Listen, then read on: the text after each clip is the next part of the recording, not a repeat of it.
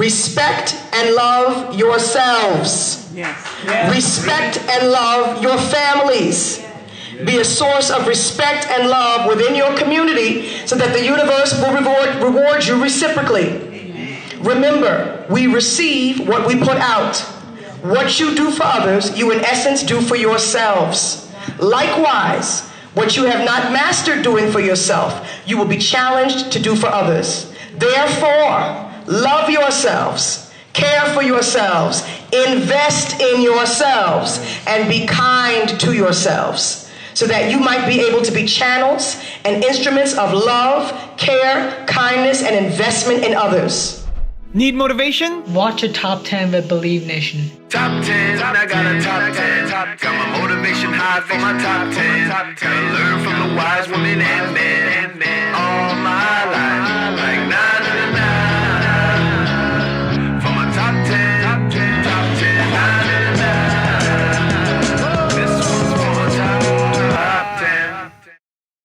Hey, it's Evan Carmichael, and I make these videos because you are probably the most ambitious person in your circle, but you know you're capable of more. And you get that push by surrounding yourself with the best. So today, let's learn from one of the best, Lauryn Hill, and my take on her top 10 rules for success. Enjoy. Rule number 2, express yourself. I think everything happens in time. You know, there's a time for everything. There's a time to be in a group, and there's a time to be solo. At least there was for me. If I'd had it my way, I would have been in the group forever. You know, I enjoyed the group atmosphere. I thought, you know, it's so good to have two guys on stage backing you up. But the interesting thing about entertainment is that when you're struggling, everybody goes in with the same goals. You know, but somewhere along the success area, you start to look at everyone around you and go, wait a minute, where are you going? Where are you headed? Because I'm going this way. What happened? I thought we were all on the, you know, and sometimes success can do that. Sometimes it really illuminates, you know, creative differences, spiritual differences, you know, emotional differences. And I, you know, just like a young person would think that, you know, the friends that my 5th grade friends are gonna be my friends forever, you know, throughout high school, and it's not that they cease being your friends, but sometimes you just mature to a place and some people get there faster, some people don't, you know, and you know, hopefully, ultimately, everyone catches up. But, you know, it's really interesting because I didn't actually make a decision to be solo. It really just happened. I promise you that. It's hard to explain, but you know, I'd intended to be in the group forever until I found myself in circumstances where I felt the inner desire to express myself freely and openly without any constraint, you know, without anybody saying, hey, you can't say that. That's not fly. You can't say that. People won't, you know what I mean? So, you know, the only way I could have done that was in doing a solo release. Rule number 3, work on self-improvement.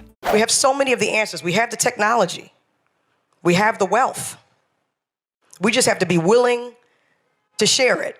And in order for us to do that, we have to do the work in and on ourselves so that we can be conduits of change and improvement for other people. Because that's really what it's about. We have the ability. We have to be in a position where we're willing to do that for others because we're so confident in our own abilities, in our own grace, and our own blessings that we can actually pass knowledge and information on to others. But we can make a way. You know, I think part of the reason why there's so much invention in the technological space right now is because you have a lot of young cats who weren't given the tools, but they certainly have the ability. And what the space does is it neutralizes so much so that, you know, if you don't have on the right clothing or you don't choose all the right words all the time, you still have a way. So in that respect, we should be very proud, you know what I mean? Very, very happy, very pleased with what's happening. We just want to make sure that we retain freedom, though. Rule number 4, stand for the truth. I feel now, at the ripe old age of 25, that the only thing that I could do is serve others. You understand what I'm saying? And because there are people who have not reached that point in their walk, you know, yes, there's a little anger, there's a little resentment, because you raise a standard. You know, you especially when you do it and you make some noise, you know, and you do it and people actually listen to what you have to say, and like your record is bumping on the radio and you're saying something that holds a mirror up to a lot of the negativity and self-indulgent things and messages that a lot of other people, you know, but we're all young. I mean, I have a hard time being so hard on the music world, especially hip hop, because most of them come out of the hood 17 years old, having no clue or concept, having no concept of what life really is. And because hip hop is so fast and what we like changes so quickly, by the time they do get a concept, they're no longer making records.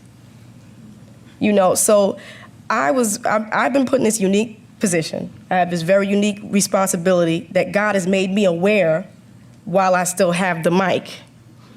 You know, and it's like I was expressing to my good friend today, I said, my mother, you know, she taught me. She raised me with certain morals and certain standards. But, you know, like any kid, when I was out there with my friends, you know, I cut up, I wilded out, acted up amongst people whose mothers may not have taught them the same ideals.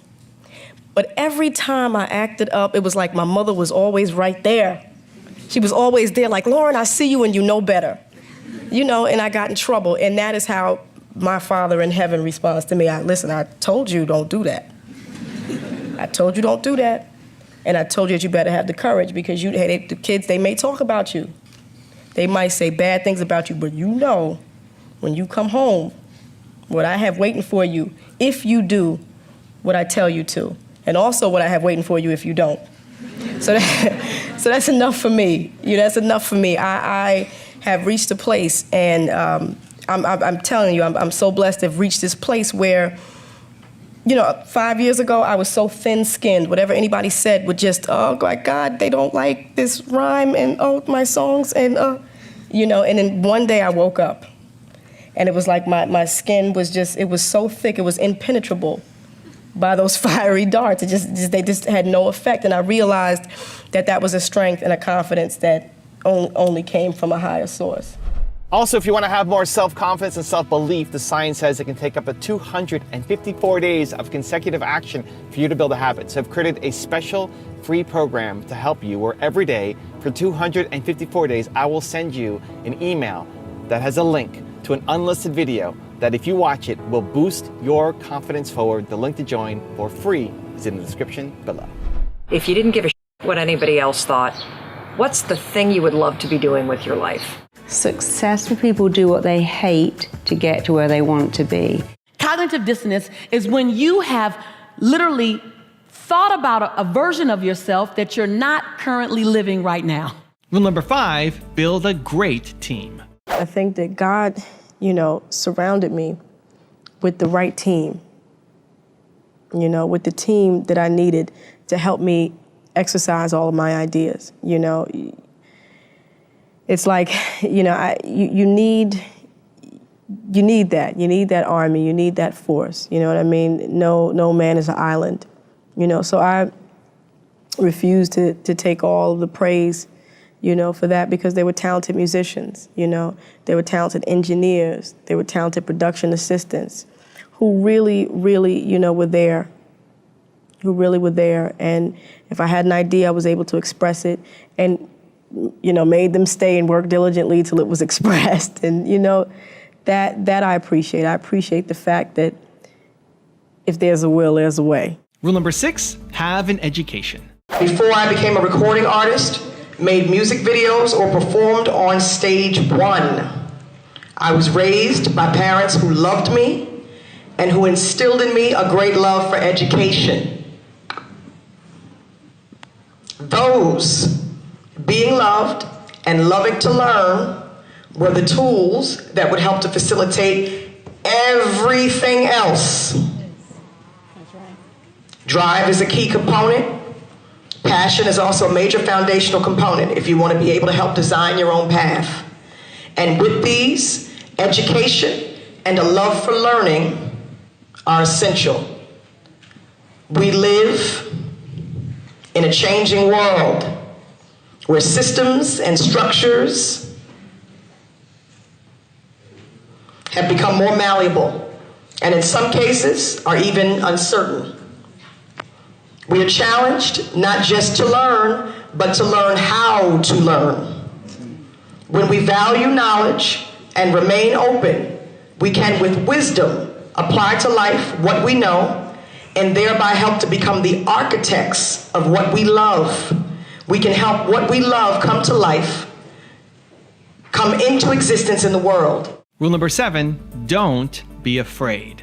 We have to be determined, and you have to know that for me now, I'm learning that it's more important to be righteous than to be right. I've tried to be right. You know, this is right. This is an injustice. This is a travesty. I'm right. But I've been very unrighteous and still right. Oh my God, you know, because you can attack someone completely right, but it doesn't resolve anything. You know, it doesn't it doesn't solve your problem. So I understand now that the battlefield and that the war is so much greater than what we see before us. You know, I live in this physical body. This is like my address, like 22 Eder Terrace. I just gave everybody my address, but that's my address. Fight me, no. But this is where I live, you know, but there's something much deeper. Who I am, you know, has nothing to do with, you know, the hair and the shoes and stuff, even though I like shoes. But, you know, it has nothing to do with that. So I, you know, and what I do, I mean, I find there's a lot of power in prayer. So I pray for the people who don't understand me. And I tell you, to be honest with you, I pray more now to be understood. No, excuse me, to understand than to be understood. I pray now to learn how to love than to be loved. Because God has given me an abundance, so, you know, I don't need God. These people don't understand me. They think I'm crazy. Every time I'm on the mic, they just, you know, it's not about that. I pray that I understand them so that I can talk to them, minister to them even more. You understand what I'm saying? So, I'm just not afraid of, you know, it's of no effect. It's immaterial to me. Because our enemies are not physical bodies. They're actually our family. They don't know it, and we don't always know it. But our enemies are not, you know, they're not flesh and blood. And our problems are not flesh and blood, even though we think they are. I hope that, I know that was very, like, I don't mean to sound ethereal, because what I'm saying, I'm telling you, is heavy as bricks. It's concrete. It's very concrete. Sometimes it can sound like doo-doo-doo, you know, but it's not that. You know, it's like, who saw the movie The Matrix? Okay, good. Then we can start from a point of reference. Matrix was a banging movie to me, and the reason why I appreciated it so much was because, do you remember at the end when Neo like realized his potential? He started to see the binary code. You remember that, the whole world? Well, that's where I'm trying to be spiritually. I'm trying to see the word of God in the whole world. So every time that agent throws a punch, I'm like, I see you. Oh, okay. You know, I'm just catching his punches. You know, so I'm not afraid. You know, I'm not afraid because I'm starting to see that. You know, things are just, situations materialize themselves and, oh, he's an agent. You know, but here's the trick. Here's the trick. You know, here's the trick, is that you have to remember that sometimes you can be an agent. You can be an agent to yourself. You can be an agent against someone else and not even realize that you're being used, you know? That's the matrix. Rule number 8, take the lessons. Miseducation, you know, wow. Every day it means something more to me, actually. People automatically thought, you know, oh my, she must not have done, you know, maybe their teachers didn't teach anything, but that wasn't it. The meaning behind it was really sort of a catch in me learning that, you know, when I thought I was my most wise, I was really not wise at all. And in my humility, you know, and in those places that most people wouldn't expect a lesson to come from, that's where I learned so much. And, you know, and so I termed the phrase miseducation, you know, not because it was a miseducation per se, but just because it was sort of contrary to what the world says is education. You know, it was this education that came from life and experience, you know, and not necessarily academic, all academic, but related to living. I'd gone through a lot, you know, a huge emotional and spiritual battle prior to the creation of that album. And the funny thing is that while I was going in the battle, I couldn't see my hand despite my face. I mean, I really couldn't see anything because I was so emotionally entangled in everything that I'd gone through. But it was like once I was delivered from that situation, you know, and once I got the perspective, was able to look back at heartache and look back at pain and disappointment, for some reason, it all was so clear. You know, it was just like you know, the picture started to form itself. The songs started to create themselves. I was able to look back and be a narrator of my own situation. But the interesting thing was that it couldn't happen while I was in the middle of the confusion. Rule number 9, have integrity. We always retain our right to our integrity. You know, that no amount of money or no kind of relationships compromise our ability to make decisions that aren't just money-based, you know what I mean? Can you say that one more time? Yeah. Say that one more time. To make sure that we're in a position always to make decisions that aren't just money-based, but that are moral, that are ethical, that are right.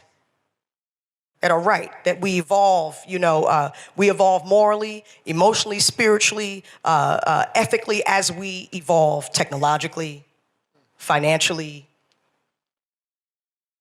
We just have to make sure that we're aligned. And rule number 10, the last one before some very special bonus clips, is be vigilant.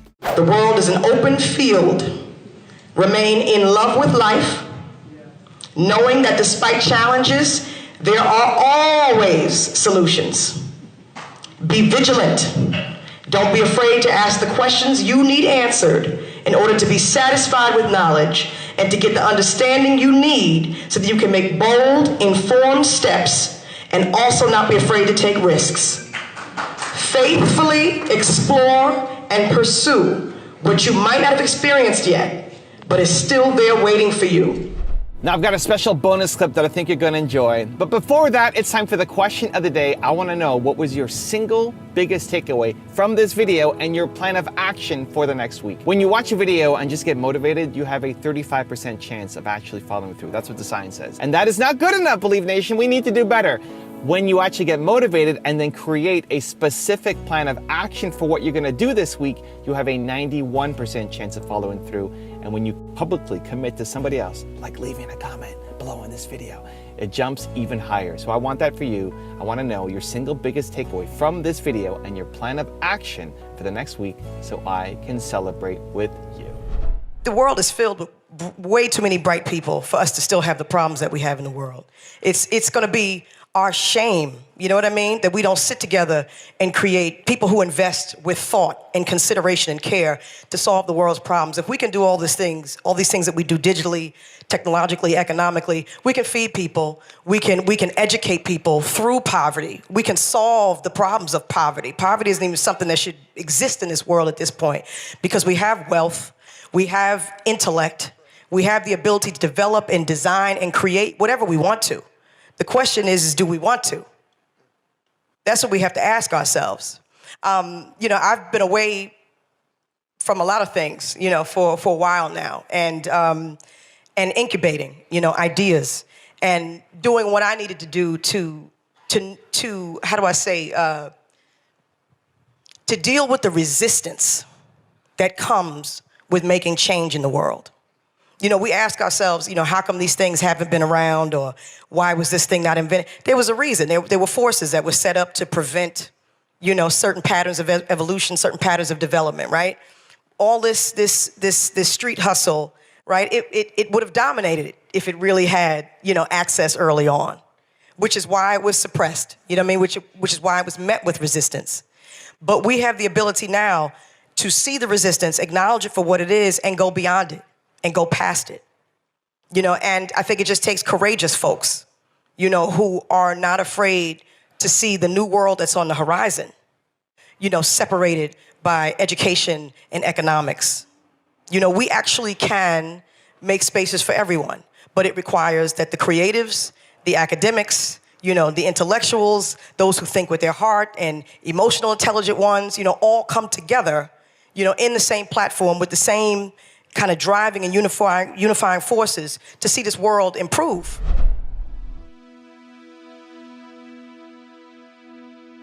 If you want another awesome video in our Black Excellence series, check out the video right there next to me. I think you'll enjoy it. Continue to believe, and I'll see you there.